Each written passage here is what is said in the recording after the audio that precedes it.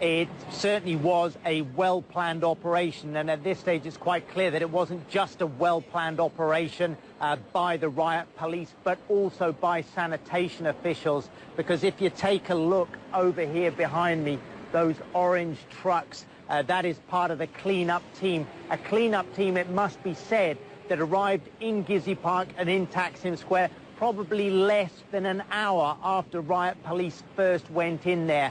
And teams of clean-up workers clad in green overalls have been working in the park throughout the night, and that park now is very clear. It is hard to believe that for more than 2 weeks, hundreds, if not thousands of protesters had been camping out there, had set up a tent city. There is no sign of the tent city, there's no sign of the banners, and even the graffiti we can see now is being painted over.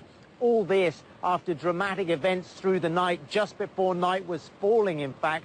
That is when hundreds of riot police divided up into columns and moved systematically and swiftly through Gezi Park. We saw them tearing down tents, turning over tables. There were some angry face-offs with protesters, but in general terms, the protesters seemed disorganized. They didn't predict the timing of this police operation, and in general terms, they fled back into the side streets around Taksim Square, and that set the stage for running battles through much of the night between protesters, some of whom were lobbing bottles and rocks, and on the other hand, well-equipped riot police who went into action with water cannon and with tear gas, lobbing tear gas. We did see on one or two occasions some signs of police brutality. At one stage, we saw a police officer with a helmet headbutting a protester in the face. We don't have a clear figure on injuries right now. We know that the governor of Istanbul has talked in terms of about 30 injured protesters,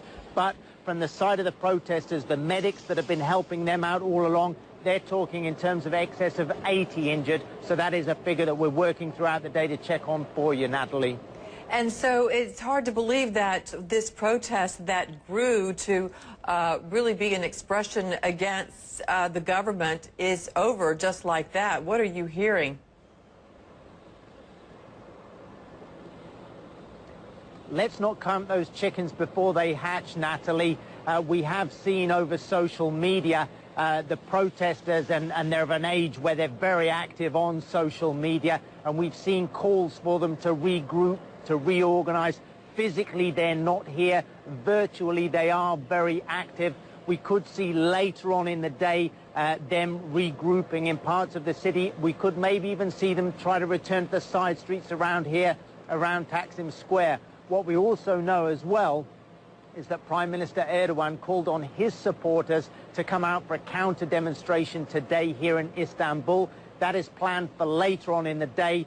And we'll see what the protesters have to say about that, to see if they try and come out at the same time, Natalie. All right, Carl Penhall for us there in Turkey. Thank you.